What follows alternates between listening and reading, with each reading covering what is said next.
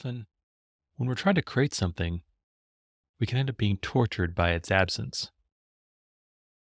When there's something we really want, something we feel like we've been striving after for a long time, something we feel like we've done all the things, we've done everything we can to put ourselves in a position to achieve this outcome, yet where is it? What's happening? What's gone awry? We've worked and we've worked and we tried and we tried. We've even given up. We've ignored it. And yet, it hasn't happened. We just sit with this unrequited attraction to this particular outcome, day after day, week after week, month after month, year after year. And it doesn't seem to happen. That's the thing about manifestation or change or evolution or growth or whatever you want to call it. It's a complicated process to think about. In practice, it's actually fairly natural, especially when we view it in hindsight. We can see all the steps so clearly. We can see the progression so naturally that it seems largely effortless. But that's looking backwards. When we look forward and try to put ourselves in a place where this thing is already happening, it doesn't feel quite so effortless. Quite the opposite often. But what's missing? What's the missing piece? There are no easy answers, of course. If there were, there'd be no challenge to this in the first place. If there was one thing we could do that would reliably deliver us the results we seek, well, then there wouldn't be any seeking, would there? It would just be something we didn't know yet, that once we rectified that, everything we wanted would just come to us automatically. Our life would run automatically.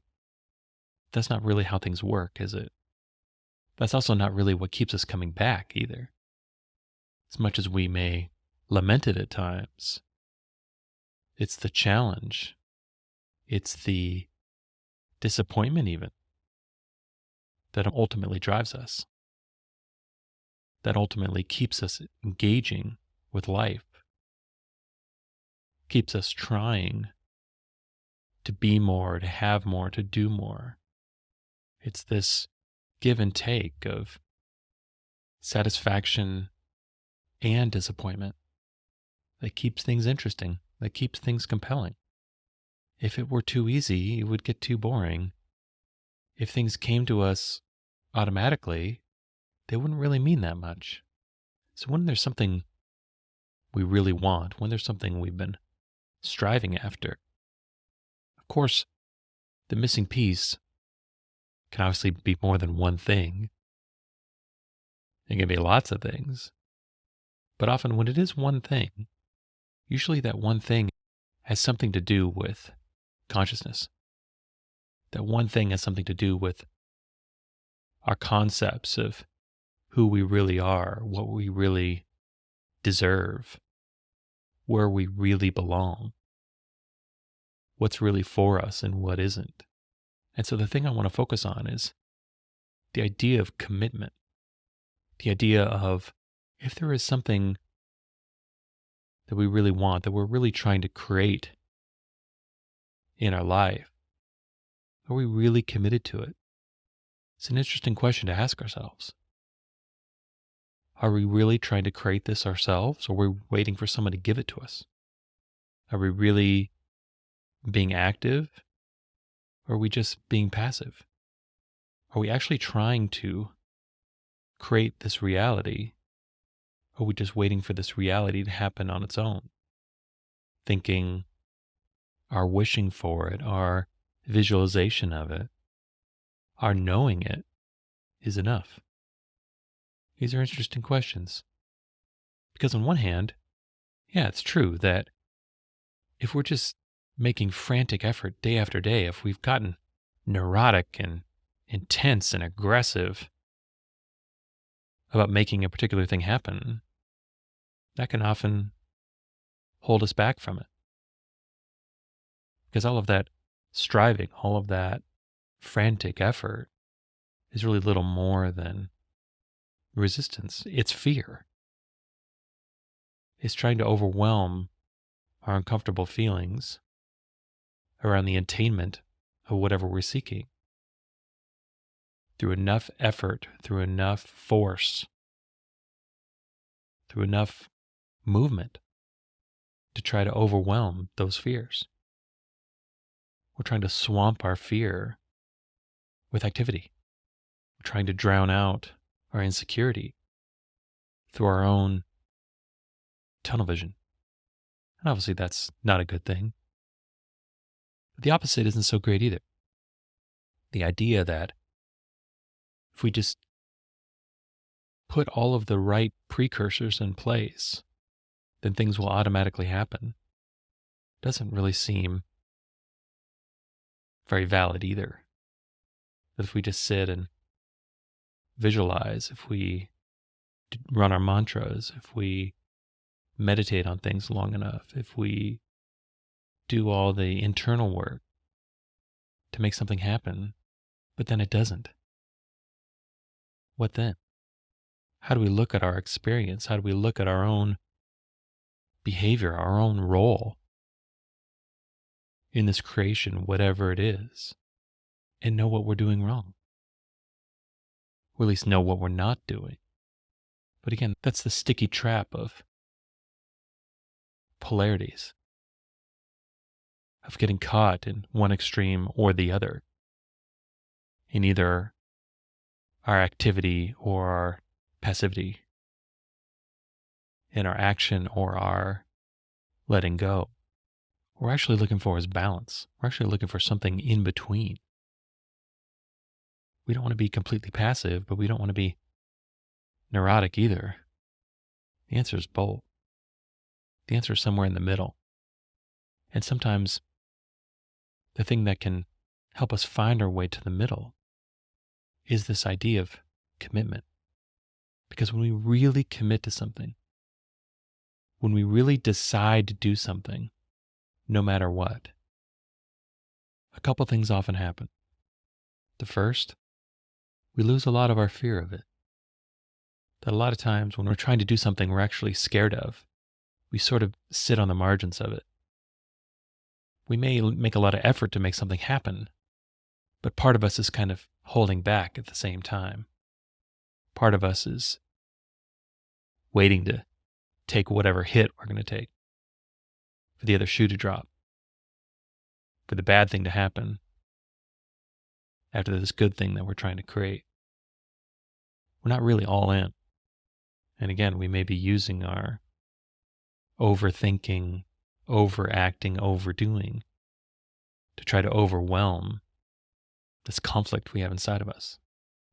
And so when we're really committed to something, when we've really decided in our bones to do something, to see something happen, just by the nature of that state, that conflict is resolved. Because we can only fully commit with our full selves. It's funny, with a lot of this spiritual work, I think one of the first things a lot of people learn is there really are no half steps. There really is no pretty much. There's no most of the way. It really seems to work through fullness. It really seems to exist in wholeness. That yes, making progress towards something, doing things more fully, doing things from a more whole place is progress, is good. But we need to keep going. When we want to do the right thing, when we want to do the thing that's right for us, we have to do it fully. We have to do it completely. We have to do it with our whole selves and not have part of ourselves undermining it or slowing it down. So when we commit to something, we make the decision to be fully involved with whatever we're trying to do. We make the decision to jettison our fear, to decide whatever this is really important to us. It's vital. And we're going to put our whole selves into the achievement of it. Because a lot of times when we're passive, when we're only visualizing, when we're only meditating, when we're only holding something in our minds, when we're only feeling something based on our imagination, we're not really with it, are we? We're really still much more of a spectator than a participant. And if we're scared, that feels safe. We find safety by being able to run these desires as a simulation if we're scared of actually experiencing them in real life. But if we do truly want to experience these things, we do have to deal with our own fear, with our own reluctance and concern of being hurt, with our own worry that some unforeseen side effect is going to take us down, is going to surprise us and turn this dream into a nightmare. Or maybe it's not quite as dramatic as that. Maybe we feel like we just don't have the capability. And for whatever reason, this thing we want, even though we want it so deeply, isn't really for us. It's made for someone else, some other type of person. When we commit to something, we have to resolve all of that as well. We have to decide that this desire being so strong, so persistent, must mean that it is us, that we are bonded to it in some way. In some way, it is a reflection of who we really are. And our separateness from it, our conflict with it, is keeping it from us, is keeping us from achieving a state of greater wholeness. Because when we finally experience the things that are really us, we become more us. We add on to who we are, and we grow. And it has such a delicious, sublime feeling to it. Much the same way that when we are denied these things that we really want, it feels so awful. Really, those feelings are opposites. That the achievement or the living of what we really want is so fulfilling, it's so enriching, it's so satisfying, versus the denial of these things we really want. It's really quite the opposite. We feel diminished. We feel a little bit poisoned. We feel like maybe we shrunk a little bit. But it's these feelings, as uncomfortable as they are, that beckon us on. Because these strong desires in our life, they're there for a reason. They're not there just to torture us. When they are that strong, when they are that persistent, when we've spent enough time with them to really know these things are real, these things I want really are born out of who I am, that if we want to live a happy life, if we want to live a full life, we have no choice but to go with them. This is life calling us forward. This is a richer life guiding us home. These things are important for us. It's one of the reasons why it feels so bad to be separate from them.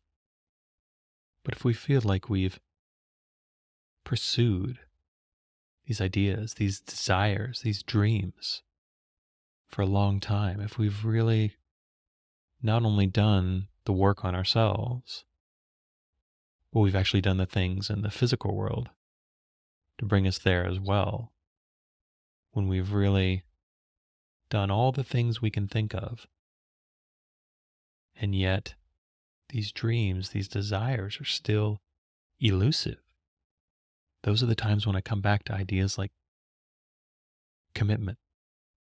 So it's kind of a funny thing. Sometimes the missing piece isn't so much something to do, it's really more something to be. Because when we commit to something, we've really decided we are this thing, and this thing is us. And that when we lack that commitment, we're not really fully in on this pursuit, on this attainment, on this growth. That gap manifests itself in our own separateness with our dreams. This idea of commitment can be really helpful, especially in times where we find recurring patterns. When we've pursued something over and over and over again and find ourselves back in the same place over and over again. We're just stuck in some infinite loop that no matter what we do, what angle we try, we always seem to end up in the same place. We always seem to revert back to the same reality. And how can that be? How can it be that we can try different things that seem like opposite of each other, yet they all lead to the same result? Because you would think with a wide variety of actions, of changes, then the result would have a fairly wide variety to it as well. But that's the thing about life. A lot of it, if not most of it, is a reflection of who we are. Life gives us the incredible gift every day of reflecting to us who we're being really. We may have concepts of ourselves one way or another, but life reflects back the kind of person we're actually being. And when life reflects back stagnation, or life reflects back these frustrated dream attainments, that's a good opportunity to really look internally, really ask ourselves, is this thing I'm pursuing really what I want? Because sometimes not participating fully with our full selves in the attainment of this thing we're pursuing is an indication that we don't really, really want it, that it's not really, really for us. And so how do we know? How do we know if something isn't happening because we don't actually want it, or because of something like fear? We go inside. We feel what we're feeling. We internally process not only our experience, but our attitudes and beliefs around what we're trying to create. And we really feel them. We experience our own feedback around what we're trying to do and let that inform us. We let our insides tell us the truth. But when we know something really is for us, when we know that even if we tried and failed over and over again, that this thing still matters, that even though the disappointment of not having achieved it yet hurts, the thing that's really painful, the thing that's really diminishing, is losing hope. And so we make a bargain. We say to ourselves, this going after something and not getting it over and over again, it's pretty rotten. But I'd rather do that than fall into the despair that this is impossible. Choose to believe that not only is this possible, but this will be a reality. That the only reason it hasn't shown up yet is that there's still something to learn. There's still some growth here that needs to happen. That in one way of looking at it, we're not actually ready for this thing that we want. That doesn't mean it's not right for us. It means it's not right now. It means that Perhaps we have the ability to bring this into our life, but because we're not currently the person that matches the situation, we may not be able to hold it. And that would be worse. That would be worse to bring something in and then lose it. I know it's said it's better to have loved and lost than never to have loved at all. And that's true. Doesn't make it not hurt. But that's part of it as well. That's part of the growth. Sometimes we need to hurt in order to learn. Sometimes we need to fail to realize we need to grow. Sometimes we need to have something elude us to find out we weren't really pursuing it fully in the first place. We weren't really pursuing it with our full selves. We were using only our thinking, only our behavior, instead of our being. Because when we commit to something, truly commit, that's an indication that our consciousness is aligned with what we're trying to achieve. We've decided to believe that this circumstance, this achievement, this experience is for us because it is us. And so what do we do? What do we do once we've committed to something fully? And how do we know we've committed fully? Well, it's like a lot of things surrounding a feeling. We know when we know. If we're not sure, then we're not. Again, it's one of those things that is either expressed fully or it's not expressed much at all. These ideas gain their power, gain their ability to alter our lives through their completeness. There is no partial credit. There are no half steps. If we go, we need to go all the way. If we start, we need to see it through. If we invest ourselves, we need to invest our full selves. And once we do that, once we have that knowing that we are fully committed, that we are fully in to what we're trying to create, what then? Well, then that's where these ideas of non-resistance, of not feeling like we have to have manic behavior or activity to create things, where we don't have to overwhelm life through our own effort and force, come in.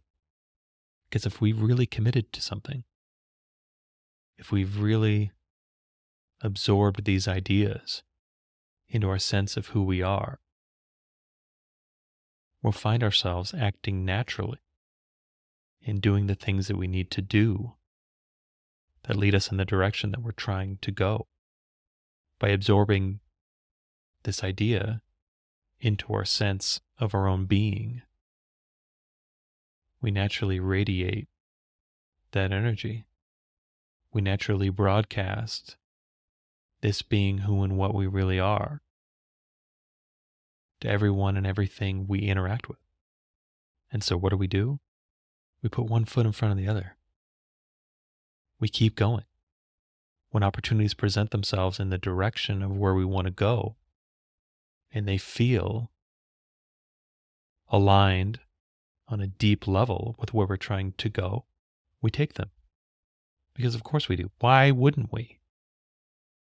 When we've jettisoned our fear, when we've given up our doubt, why wouldn't we do the things that feel like our dreams? Why wouldn't we pursue the things that feel like our desires? It's natural. If we're not resisting moving toward what we want, we'll move toward it naturally anyway. And once we've really committed to something, once we've really decided and absorbed this into our being, there's no more conflict to reconcile. There are no more hurdles that we need to jump over. Our path is a pleasant one. All of that strain and effort is really replaced by a far more pleasant and easy flow, that we've done the thing we need to really do. We shifted our consciousness to actually be the thing we're trying to create. And so now, it's really only a matter of time till we find ourselves united with. Doesn't mean it happens instantaneously. It also doesn't mean it's helped much by staring at our watch or the clock or the calendar and asking, where is it? But all those behaviors are based in fear anyway. And so we probably won't find ourselves doing that if we've really committed to something. That's the work. That's how these things work. That when we're frustrated, when a presence that we seek is absent, it's always an indication there's something missing. There is a flow to life. It's happening all the time. We're doing it all the time. And it's not that when we're not getting something we want, we're not in the flow. No, life is always flowing. It just may not be flowing towards and past things we would like it to. That's really on us. We change the direction of our lives by changing our consciousness around who and what we are, by going out into life with our full selves, by using these desires and dreams as wayfinding tools back to union with our fuller, truer selves. So when we've committed, we keep going. We don't do it from a place of lack. We don't do it from a place of worry. We do it from a place of knowing. We do it from a place of real confidence, because life cannot help but reflect back to us our own ideas and beliefs about ourselves. And when we've truly committed, when we've truly absorbed something into our sense of ourselves, then life cannot help but reflect it back to us eventually. And we know it too. So in this time of eventually, we're not walking in longing. We're walking in knowing. And we can let it go. We don't have to be focused on it. We don't have to be constantly trying to manage it, because we know. And one day, we find ourselves coming around a corner, trying something new, or just out of the blue, there it is. And it comes to us, ultimately, because it is us. And we are it. I hope you enjoyed this episode. All episodes are given freely. If you feel inspired to give, please visit theunionpath.com/donate. If you have a question, you can contact me at theunionpath@gmail.com. Take care and all the best.